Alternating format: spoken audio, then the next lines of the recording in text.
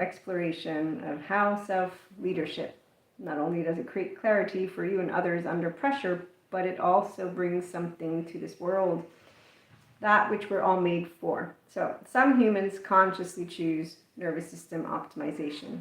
And thanks to all of the most recent attachment trauma education, those of us who are for personal growth, spiritual growth, mentors, content creators, podcast hosts, we know of the good news. There's mindful therapists helping anybody to make use of that which their body was made for, growth. So in fact, the path of least resistance, that's not what we're made for. We're made for nervous system optimization and for growth, and that's thanks to ventral sovereignty over, obviously, that which are called patterns of reactivity, or let's see, survival patterns. Okay, so when you're working with personality patterns, I'm trying to get comfortable. I'm in a new location. 1 minute, there we go. And I want to read notes. So, okay, so in a world where, yes, definitely we have a lot of our 3D, 4D brothers and sisters. I'm a 5D mystic. Welcome.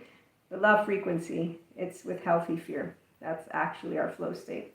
So I bring in a lot of words. They come from attachment trauma educators, neuroscientists, interpersonal neurobiology lens. You can ask questions, but in the meantime, personal growth, it is a conscious choice. The choice is we optimize our nervous system's capacity. So we choose to shift to our ventral energy. In fact, yesterday we talked about in our new series, the series is for, wait for it, here it is, Embodied Self-Leadership Mindset and Journal Series. It's created to support individuals who are committed to emotional regulation, nervous system steadiness, and resilience, in addition to the personal growth and authentic self-mastery that we're going to talk about. And that actually supports you to stay true to yourself. So let's look at self-leadership after, and then how you process the charge that comes up when you're activated, whether it's one person, 2, 3, 10, or for mystics, the entire globe.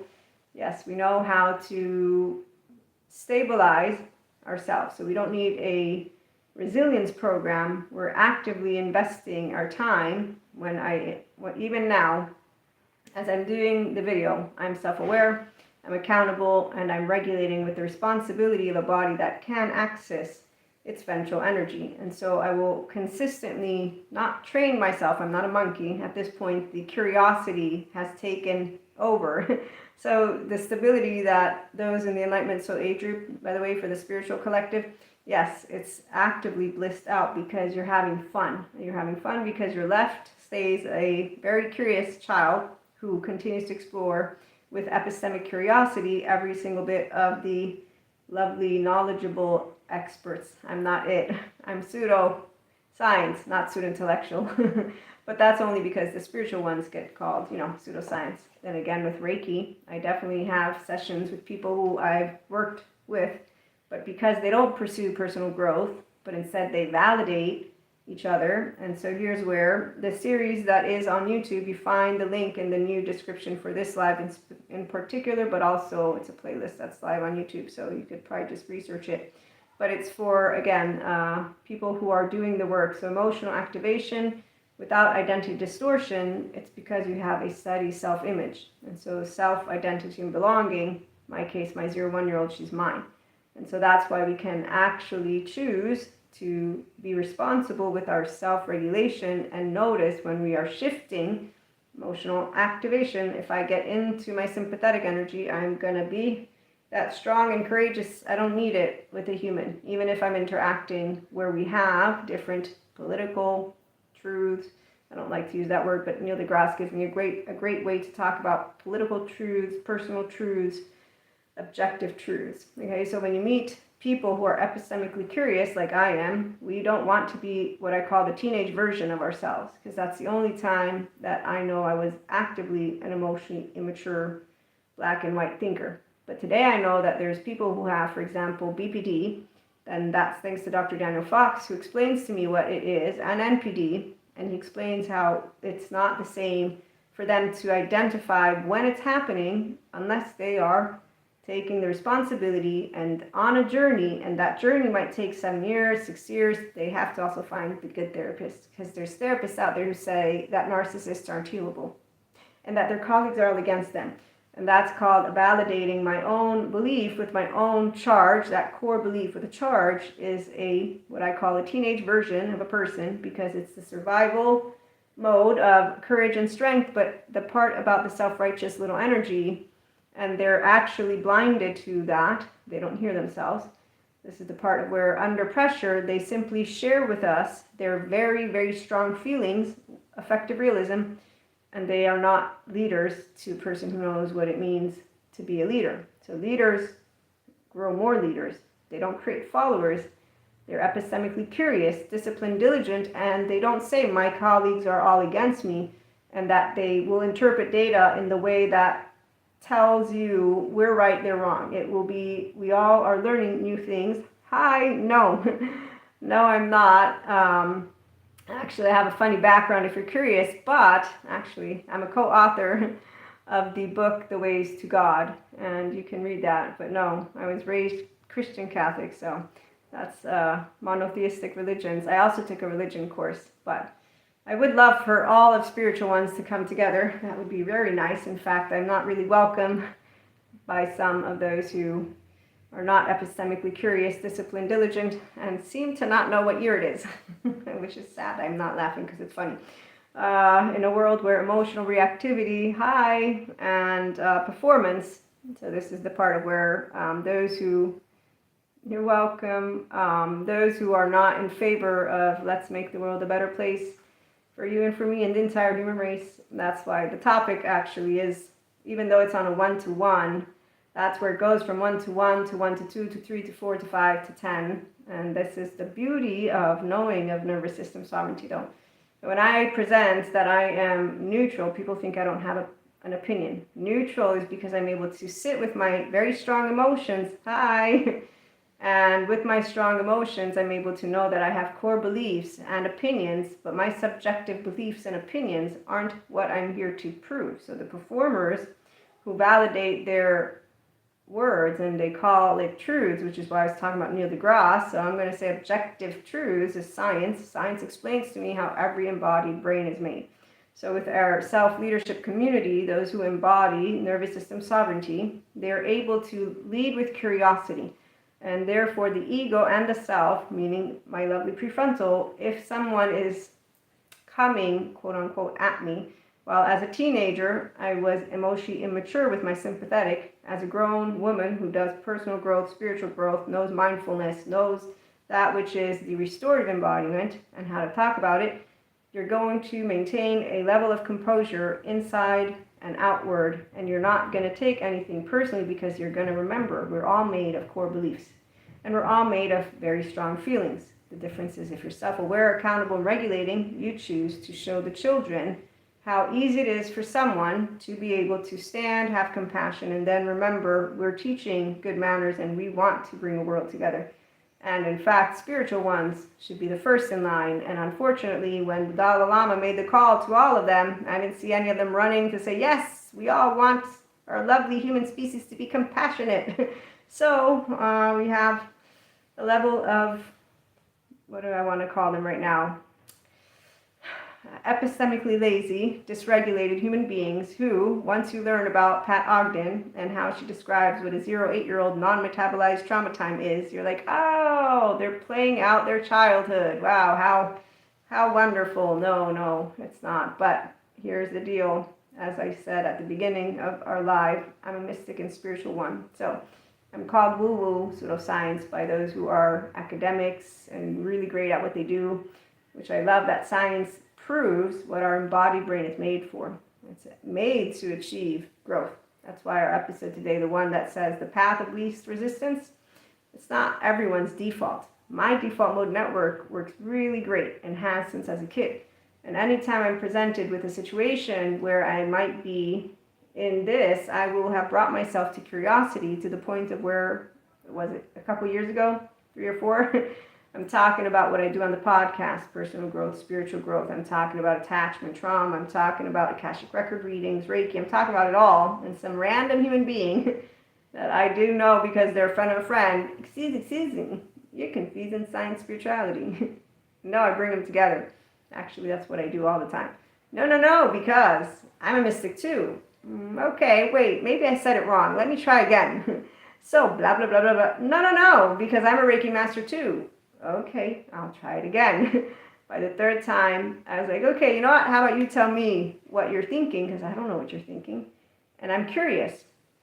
And I'm curious why, because I'm not offended. So here's where those who are under pressure themselves, the self-leader, is able to, independently from their age. I began handling myself this way when I was a kid because I'm epistemically curious, meaning I love to learn new things and I know that I don't know everything. So I consistently learn. And then I know, thank you, Neil deGrasse, who's green, meaning a good source. And it's always people who stay with their peers and who then are able to talk about the research and the different findings, and they continue to share with us. So here's the majority of what we found, and here's a contradicting research, and here is, that guy and those people. They continue to, because that's what true experts are, humble.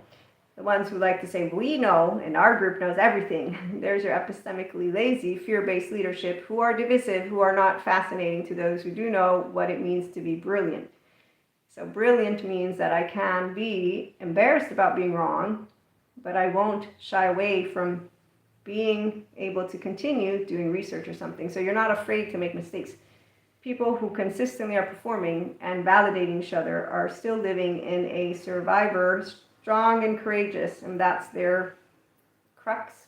That's their actual, it's called adaptive child part. Thanks, Terry Real. It's basically when a person is still in the defending their core wounds, so they haven't matured to the very bare minimum of what a functional adult, that's what Terry Real calls them. I call us the functional child adults because unconditionally loving with flaws and imperfections. I can make mistakes and say I'm sorry, and even if I didn't do something wrong, because I'm made of feelings and so are you, I'll still say I'm sorry. And some people say, but why? You're going to condone. No, I'm not condoning. I'm acknowledging someone's emotions. But that's from my perspective. So we all have different subjective perspectives of how we want to handle common courtesy. But here's where when someone wants to deny feelings, I know that they don't understand what we're made of. I want to say, what is right? No, it feels right. It's a cynic who doesn't understand we're all feelings our first 3 years of life. So when someone is not nice to me, I will be sad, not mad, as mad isn't something that I get too much because I'm not going to correct the bad behavior. I can get irritated. That's where, when we look at the world out there. So when I look at YouTube, I see a number of people validating each other's emotions, the charges. They're validating their polarized narratives, and they're validating a good team and a bad team, which doesn't have us expand the brilliance of our species. In fact, it actually doesn't even model what we're made of for the children to learn from. They're not capable of discerning. This is why I thank Neil deGrasse for his video on who is a green and who is a yellow and who is a red. And responsible parents will teach the children the same and say, okay, if they're academics with their peers and there's bodies of studies and you're going to look at all that. Let's try not to make fun too much of the flat earthers and thank them for their time for checking that corner. I'm teasing them. But the point is they'll be able to teach them, don't fall, how to, under pressure, handle themselves, to treat someone with respect, to remember we're all made of feelings, and then to remember that we still have a big group of people out there who will basically judge and use the word evil, demon, monster, and a lot more, dehumanizing the very group they don't like. And that's the sad part. Because God, when I got my good Christian Catholic catechist raised me, they said we are all made perfect. Science proves it. Science proves everyone can get to their wholeness, and that's why integration and wholeness. Anybody who is even remotely a little bit attachment trauma educated with some of that lens will know every person on this planet was made with an embodied brain. So unless they're looking for a story so that they can paint a picture of those who they don't like, that's where your effective realism is. So a lack of self-aware human being will justify not only their very strong emotions, but they won't even notice themselves. It is right, no, it feels right. We all want it, yet we're not there yet. And I know why. And I also know why we have those fear-based leaders, but I'm not going to talk about that one right now. I'm going to give you some examples of like a one-to-one, because when we do personal growth and spiritual growth, it's on when you're using your journaling or your mindset practices or you're engaging in social events, okay? Because obviously the bigger picture, well, it starts with one. All we need is one emotionally intelligent and or more in a room, and I'm sure they'll know how to handle any of that, which is a 0 8-year-old non-metabolized trauma time. That's my fingers are crossed. Okay, so while those who choose to validate each other and actually allow their emotionally immature behaviors to be how you feel, I'm trying to let you in on there's a beauty behind the depth of curiosity, thanks to the ventral vagal state. And so, self-leaders, they are emotionally intelligent and aware. So we're aware when we're activated. That's why we're not destabilized or overwhelmed. There's not need for a resilience program, because you're living that restorative embodiment. If you're curious of those words, because I actually have an outline since we did the video yesterday on emotional activation without identity distortion. And here, where's my sources? Well, I believe I have it here. Yes, Alan Fogel. That's a name for restorative embodiment. He has a book out on it, and so you can learn about restorative embodiment, modulated, dysregulated. For the effective realism, Kristen Lundquist has a very good way of sharing with us what that is. Powerful, very strong emotions that have you think that what you're thinking are facts. That's why I tease that. I want to see a world that's always is right. We all do. If we had emotionally mature human beings then we would be taking care of air, water, and food and not doing what everybody else is doing. So I'm gonna also, I have to chime in for, no, I won't. I'll do it at some other time. Otherwise I'll go off on a tangent, which is not part of our live today. Polyvagal theory, Stephen Porges, Deb Dana, she's also great, and they talk to you about the ventral energy, sympathetic, dorsal energy, which is why with Stephen Porges, biologically root people, they just want control. They're so scared, and that's where it confirms how Jesus taught me, forgive, they don't know. So when you meet people who are emotionally immature, you feel sad for them, not mad. I'm mad at the emotionally immature fear-based leaders, but their followers actually praise them, and they actually say they're doing the right thing. So I know where hatred comes from, and anger, and very much ignorance, and it's by all the individuals who want to be divisive and who don't know how to remind themselves we're all children. Whether you believe in God or not, we're all made the same, which is where science comes into the mix. And I'm so thankful that they not only, Thomas Campbell, lovely scientist with his math, he's proved we're made of love. I didn't need that because I come already with that knowledge, but I'm happy that science has caught up enough to ensure that every child who will take themselves seriously and go to a good mindful therapist will be able to be told, you're not made wrong, you're not defective. Let me tell you what actually happened and why your body is scared shitless of that which is something that you deserved to have, which is inner peace. So it's very sad for me to know, thank you, Stephen Porges, that people who didn't get stability in their nervous system are scared of it. They feel bored when neutrality is around. They get agitated. So from 1 to 8 billion, it's actually quite clear. And then they live in their past. Oh my gosh. And they grab all these books, and with their epistemically lazy leaders, they continue with stories. And their stories continue to build with castles. And then you notice as they isolate. So it's pretty clear when you meet those who are ignorant, epistemically lazy. They support maladaptive patterns of behavior. In fact, they support treating each other in ways that are from the sympathetic.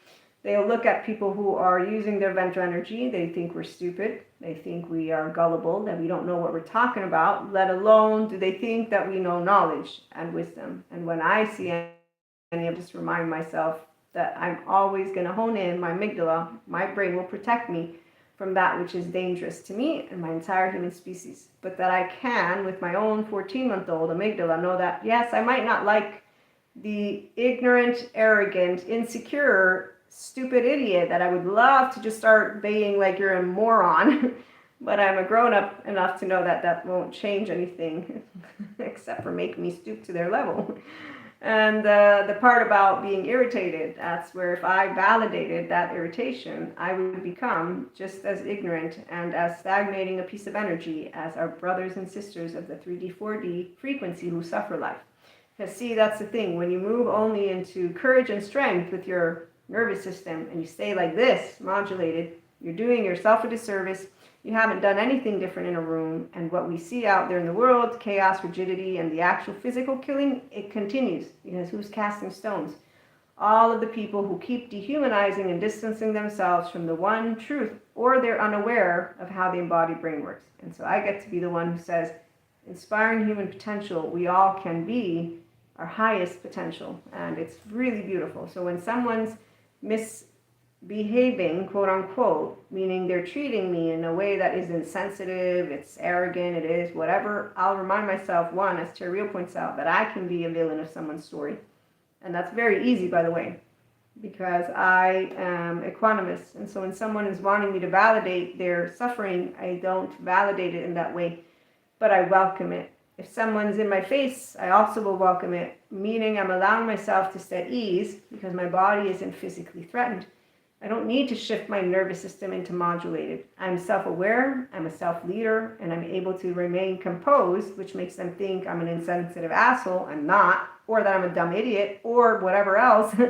And I know that that's not the case. I'm simply a human who knows how to use that, which is my nervous system, my prefrontal, and with the mindset practices that are on PayHip and the journal prompts, I use them too. I get to write about those which are my own experiences. So here's where. When you're self-aware, accountable, and regulating, and therefore you know how to maintain your ventral energy. You stay yourself under pressure. And I'm going to bring in, we have charges. I can have charges while I'm interacting with loved ones, strangers. Even though strangers, it might be a little bit easier than loved ones. But just so we have a couple more sentences so that you can see what I'm talking about. Okay, so emotionally intelligent, you recognize when you're activated, but you're not destabilized. A deep feeler who doesn't collapse. You don't over-explain, but some might think you're explaining too much, even though that's just because some people don't want to talk. But you'll know if you're over-explaining or not. The energy will tell you. Some people think that there's an over-adaptation. Again, your energy tells you if you're over-adapting, because if you feel okay with sharing, then it means you're just sharing. If after you had a nice conversation, you think, I shouldn't have said that, you start to get in your head about it, then maybe you're not as stable just yet with the capacity, number one, to know it's always 50-50 when you're putting your trust in another person and you're sharing something that is vulnerable. We all will find ourselves in the same situation.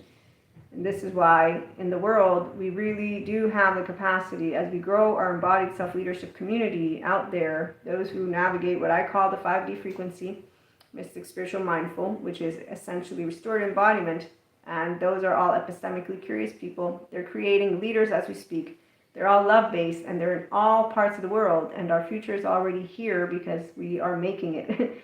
Those who think that there has to be an end or war or whatever, they continue just perpetuating that, which is their own dysregulation, and their own minds have created a lot. So in the meantime, I like to stay grounded in reality, as Sam Harris points out, and I go to Neil deGrasse and other sources that are green, and then I remind myself that the mass media and online, unfortunately, has a lot of dysregulated human beings doing that, which is, the chaos, rigidity, the push-pull dynamic. Dr. Daniel Fox talks about it.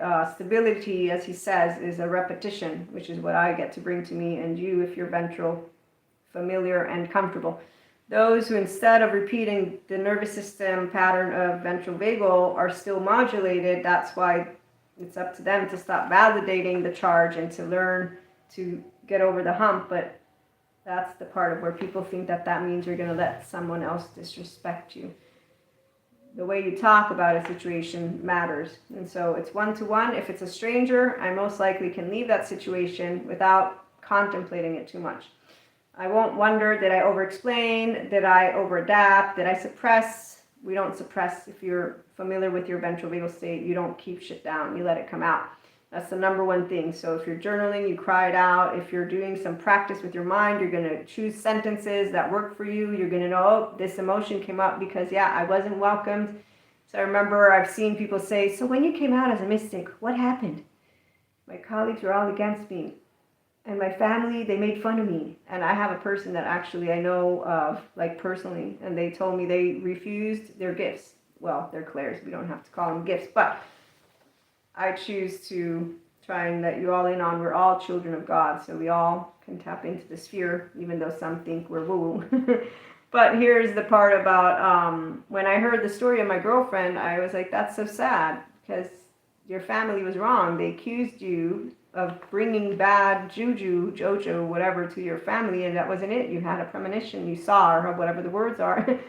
And I was like, oh, when I got attachment trauma educated and learned about the child parts and people feeling silenced, and so I'm like, oh, so reparenting would have helped that person to be able to go through that experience without giving up something that was theirs, because they would have been able to handle the rejection and the you're a bad person, you brought that to our family, da-da-da-da-da. So that's where a person whose self-identity and belonging is not one that is strong will do what happened there. In my case, I still get made fun of all the time.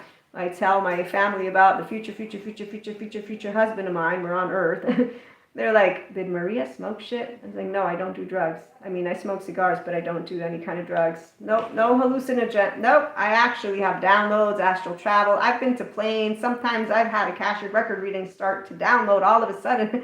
Like, oh, I'm working. I have to stop working right now so I can write down the messages. Oh, wait, let me send a video. One time I sent a video to a person who, they were joking when they asked me for the Akashic record reading because they think it's bullshit. And all of a sudden, I'm getting all the downloads, all their past lives, and then their future lives. And I'm like, okay, I need to later, and I'm trying to continue my work. And nope, I was like, okay, fine. I paused the work. I did the writing it down. Then I'm like, you know what? Let me just do video. And then I reminded myself, this was following, that I had sent this video. You know how teenagers, when teenagers do silly things and they don't think about it, right? And they share those videos and then things happen. Okay, but I'm a grown woman. I'm not a teenager anymore. I can handle it. Plus being a mystic, you better bet you're basically just anyone can talk about this stuff. So anyways, I sent the video with the reading because it was theirs. It wasn't mine. And a very good friend of mine, he's like a brother. As we're talking about this, he's like, Maria, you do know there's AI, there's like a lot of tools. This person could take the video you just sent them and make a whole mockery out of it and just like use it in ways that are, it's like, oh my gosh, but it's sacred work. Like, no. And that's like, I don't really care if it goes out in the sphere. I mean, I have an image, I have a brand, but it's not like I'm upholding something specific because, I mean, really. So when you're empowered, you don't really look out there and say, let me see what all humanity is saying about one individual. Number one, that's so egoic, it's not even funny. Number two, when you meet true leaders, what happens? Yes, so true leadership doesn't make a mockery out of people in a way of actually thinking of people, dehumanizing, objectifying. That's how. Humility. True leadership has humility. And there's a level of knowledge from here, and there's an awareness that anyone who is at a certain point so distorted in a way that is so obvious to a grounded in reality human being, you actually don't know. It's like, I can't feel sad for you because there's free will in the mix, even though you've been determined with a lot of events that took place. And so there are choices you made, but I can't feel bad. I can't feel angry to the bejesus of me either, because I can logically with my left understand where you come from because I've explained it. I'm seeing your 0-8-year-old play its non-metabolized trauma time on a wheelhouse. Like, as the dark sides of neuroplasticity take over, I can watch. I'm seeing people I've known my entire life. They have completely, it's like watching Pinocchio on that island, but it's not the same because these are people you've known. So you will recognize they're adolescent, and it's not the essence. It's like a Gargamel or an old person who's hanging out with all the young people, and they completely, intensity doesn't feel like power because you're regulating it. So what feels like power is actually that which is regulated depth. So intensity, depth, not chaos. We don't get chaotic. We can get very charged if you're a self-leader, if you're practiced in the steadiness. Obviously, if you're at the beginning of it, let's see, I had a panic attack, and I have had many of them. But one of them I'll never forget, as I'm having it and thoughts are coming in my brain and I'm very upset at a specific human being. And I'm like, okay, I want to write, but we're really not in the best place right now. You're having a panic attack. This is not your best time to write anything or anyone. Yeah, but I really, really want to. So I'm not chaotic to the point of being clinically dissociating or writing. No, I'm like thinking through and I'm breathing and I'm like, okay, it's going to take those 15, 20 minutes. But in the meantime, I really want to write what I'm thinking. So I put myself in the position, here's a compromise. Just make sure you don't say anything not nice. Okay, that sounds good. And then I said, and don't have any expectations, because remember, it's not going to go anywhere. So are you writing because you're having expectations? Yeah. No. Okay, so I cleared all that up with myself. Then I went ahead and I wrote. And I got the exact thing. I wasn't expecting it, but I wasn't expecting anything nice either. So that was funny. That was my compromise. It was very panic attacks, the most uncomfortable thing that you could ever go through. As for when you're dealing with douchebags, that's a whole other story. High awareness, and yes, we have a high awareness and we can consistently maintain steadiness even when activated, as I just said. Now, as I get all excited about this episode, I want to share one tidbit on the attachment trauma education front, because I've learned so many different aspects of our embodied brain. And when I think of how I've been able to maintain my regulated, grounded in the body, even during panic attacks, I know why.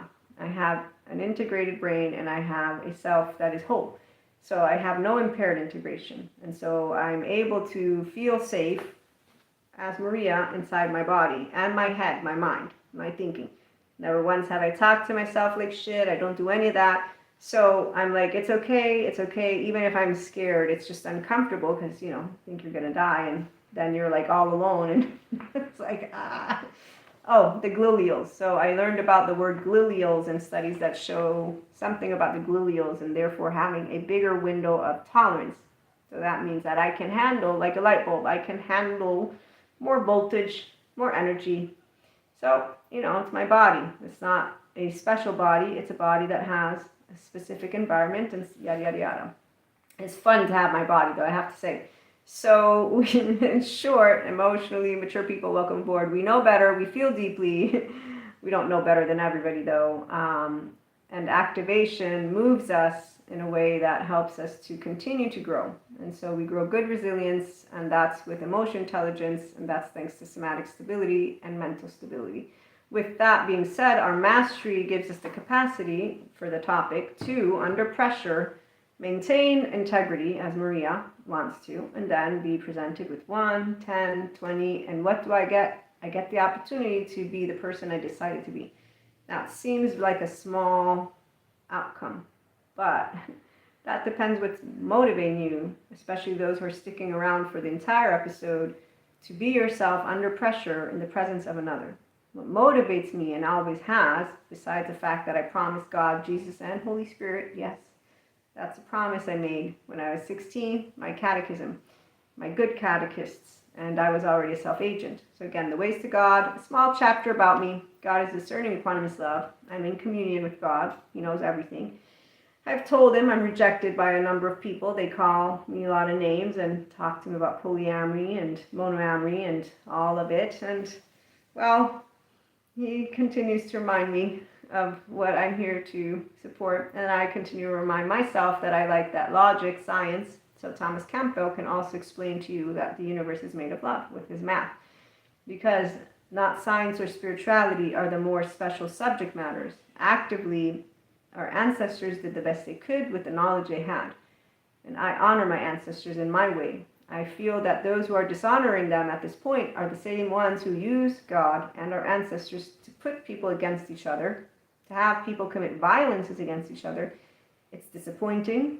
It's saddening. It's not enraging because I ain't God and I know what He's going to do. And He never fails because He's perfect. The whole point of where you ask me, am I afraid? I ain't afraid of God.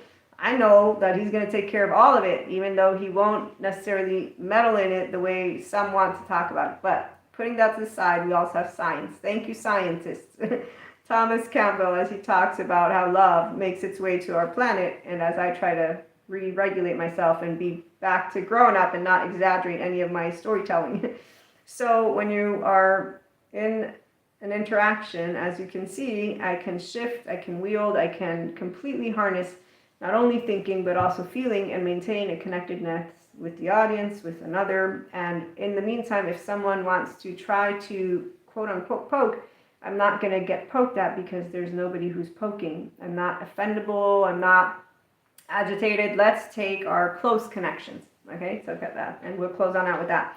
So while for work environment and government and politics and the entire globe, strangers, it's quite easy that you choose, not as a performer, this isn't an act, as a person who's epistemically curious, disciplined, diligent.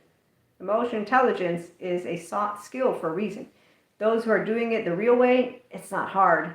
Those who are doing it the fake way, they're using a lot of body. And so this is where it's really different, because we're all nervous systems. We're all going to fuck up words, by the way. Not anyone is going to get it perfect. The people who are going to be tired as they're performing from a modulated embodiment are the ones who are losing out, because they could do the same thing they're doing with their words, with everything, and their brain, but do it 10 times better when they're in their ventral energy, because they're assimilating information. Their embodied brain, the default mode network, is downregulated, so they're now conduit. If they're a mystic spiritual one, there's never been one channel or download that's taken over my body or my senses, because that's actually something that only happens for those who, that 4D3D collective I talk about, they completely disregard personal responsibility. In fact, they don't think their 3-year-old has anything to do with them. So they don't think their feelings, effective realism, play a role in what comes out of their head, out of their mouth. I know that my child parts are always a part of me. In fact, it's funny because I'll spot them every now and then as they interact, and I then say, okay, great, this is good. It came out with my community. Now I can take a hold of it. I can analyze it. No, I can just process it. You don't have to analyze. If you were a teenager once, you know what I'm talking about. As I was saying, embarrassed. We can all be in a fetal position crying and not be embarrassed to the point of thinking that you wouldn't want to be vulnerable with someone or people you love. Because would you actually want to? You know, there's people who go to therapists. They're in committed relationships and they don't want to be vulnerable. They've explained to me why, the scientists. The fetal position is dangerous because the bear's going to eat us. So evolutionary psychologists, anthropologists, all of the explanation of how a human is made. People who don't like to hear it, they're like, you're breaking it down like mathematically. You're taking away all of the pizzazz. And I'm like, it's not really, no. I'm explaining like a car. It has an engine. It works a certain way. I'm simply doing that. I'm giving you a very specific, good explanation, which tells you why some people, emotionally unavailable men, women, and days, it's hard work to keep a relationship, feel very, very, very tired after a long day of being around people, and they don't want to be in a crying position with someone they will have chosen to be in an intimate relationship with romantically. It doesn't have to be sexual. So when you are instead a person who understands we all will be vulnerable, and you're not embarrassed of crying or of being vulnerable, and then you understand what are relationships. They're always 50-50. And so the immediate herd, your first 5 alloparenting, are the most important and the ones you will continue your personal growth with if you're doing personal growth. So how self-leadership creates clarity for you and others under pressure, because you're choosing to maintain that which is your capacity. You have the opportunity, and so you enjoy being able to, with emotional activation, not distort your identity. Tune into the episode. It's only 8 minutes if you want, and therefore you can hear all of that, and then there's an FAQ. You do enjoy nervous system steadiness under pressure because that's empowering. And so we feel powerful with regulated intensity because you also, by the way, move into this very beautiful, I'm going to explain it. I mean, I can compare it to a river, but that doesn't even do it justice. I'm going to have to think of that explanation because it's from the heart, and it's almost like the consistency of a river and honey and flower that you're smelling, a spring day for me, like, but give it texture, you know, like pretend you're putting a hand in honey. Has anyone seen Amélie Poulain?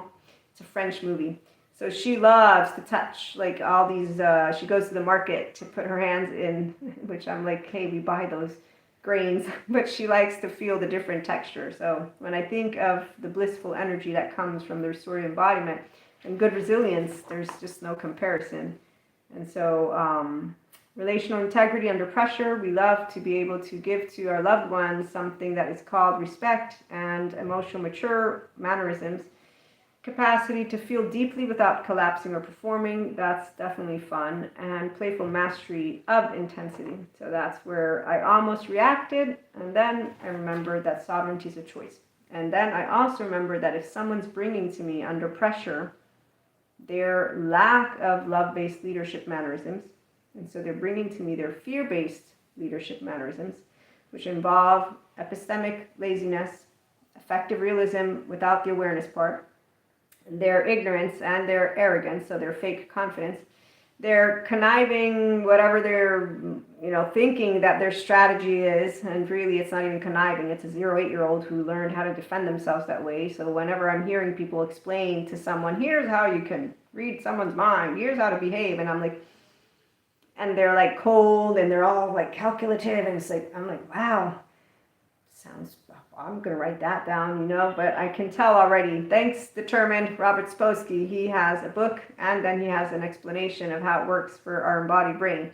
And he's been interviewed a couple times. But at the end of the day, when you are in this defense mode, you're more tired than those who are instead in a free flow state where I might fuck it up. I'll try not to fuck it up. And if I say the wrong word, I'll say I'm sorry. As you mature, you don't change that. You continuously interact with people from a space of your inner world. So my 3-year-old, all she wants, anytime there's a fight, and I have an explanation for you, but all she wants is a hug. And that's because I have a twin. And so we fight like cats and dogs still at my 46 years of age. And every one of us has a human story, which is why when someone from the spiritual community wants to think, or say to you, reprogram your subconscious, here, let me give you the code to access your higher self, your higher spirituality. I'm like, how about this? Own all your child parts. Once you own all your child parts, continue owning them. As you continue moving, I'm 46 again, between panic attacks and all the other, it doesn't matter, they still come up. And once you're aware that you're always going to participate in everything, just allow yourself to say, I'm authentically here as a channel. Sometimes I will be channeling, not in the 4D way, anyways, now I'm teasing y'all, but when you're in the one-to-one, as I close on out with people, what you will want is a hug. And Michael Yapko says it best. He says, today we have a lot of individuals. I don't think it's only today. I think it has been for a while. Now we just know how to talk about it better.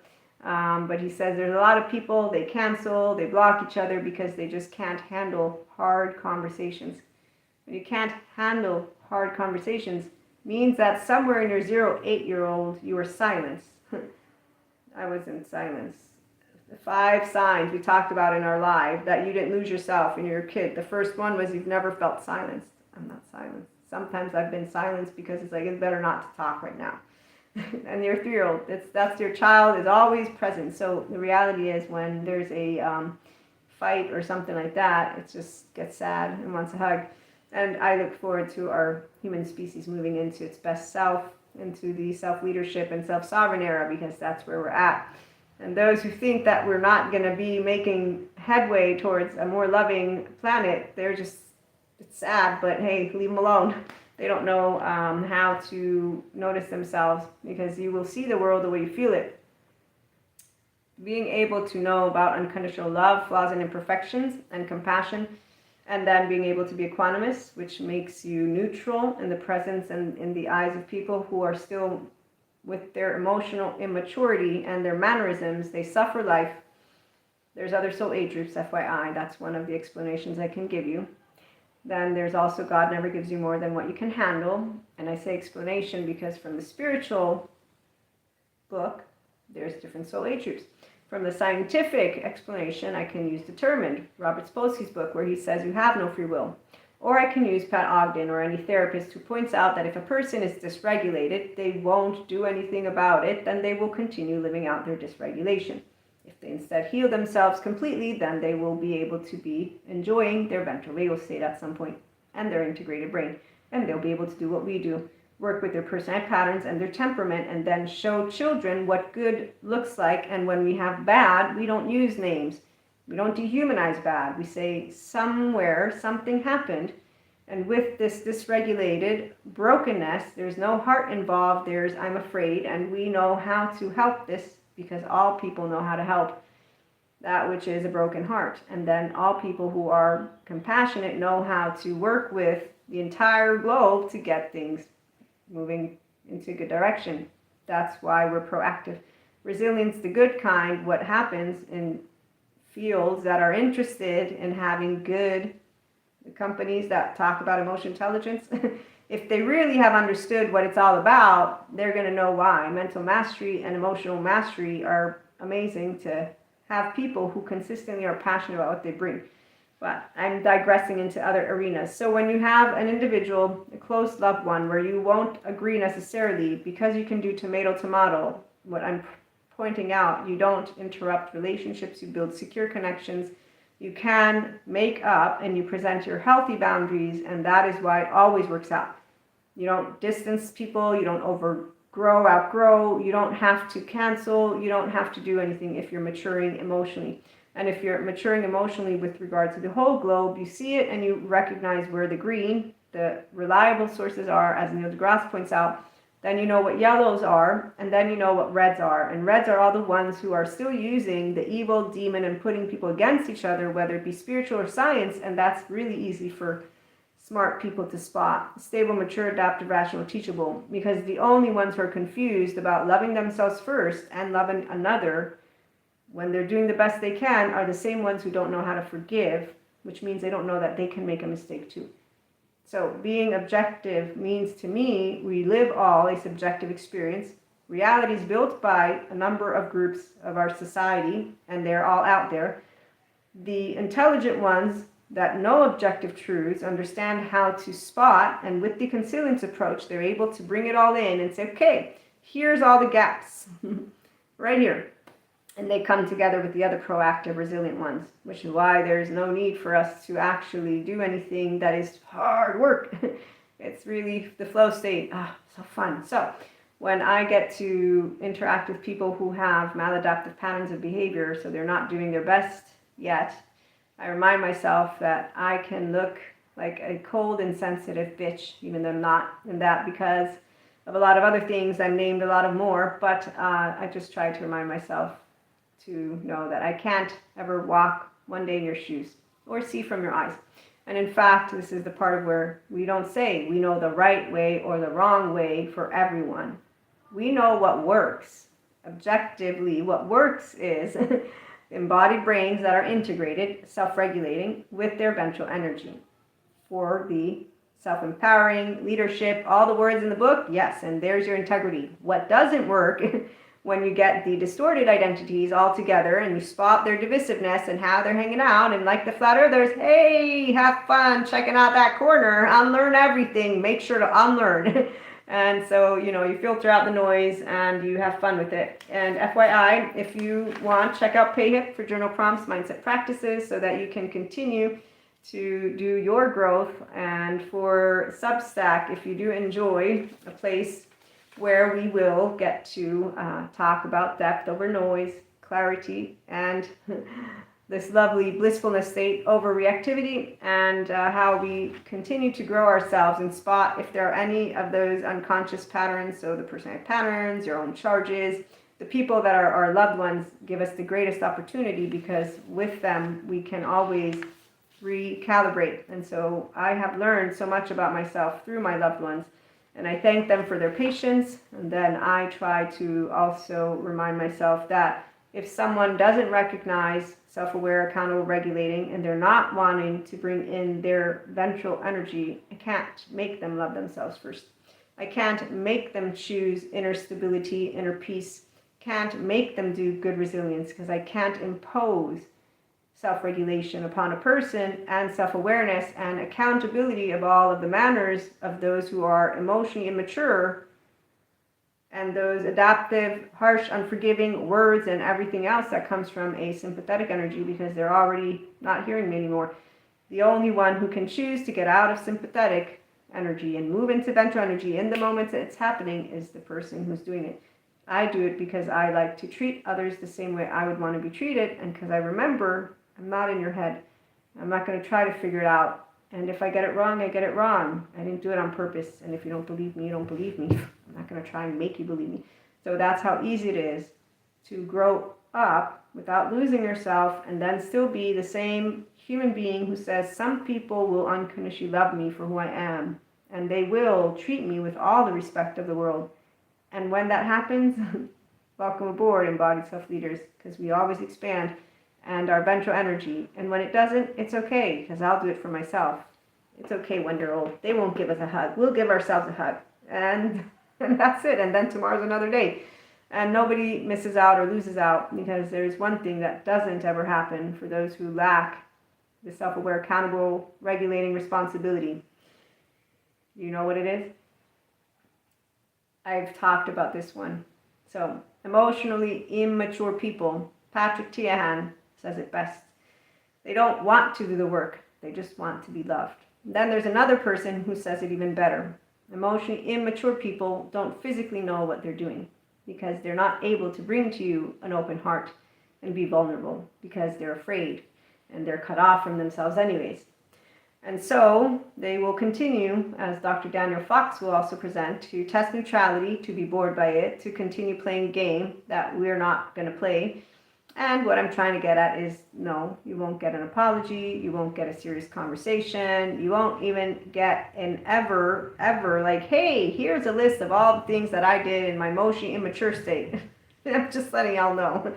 So do we keep count? No, but there is a difference. Your body will know it because your heart will know it.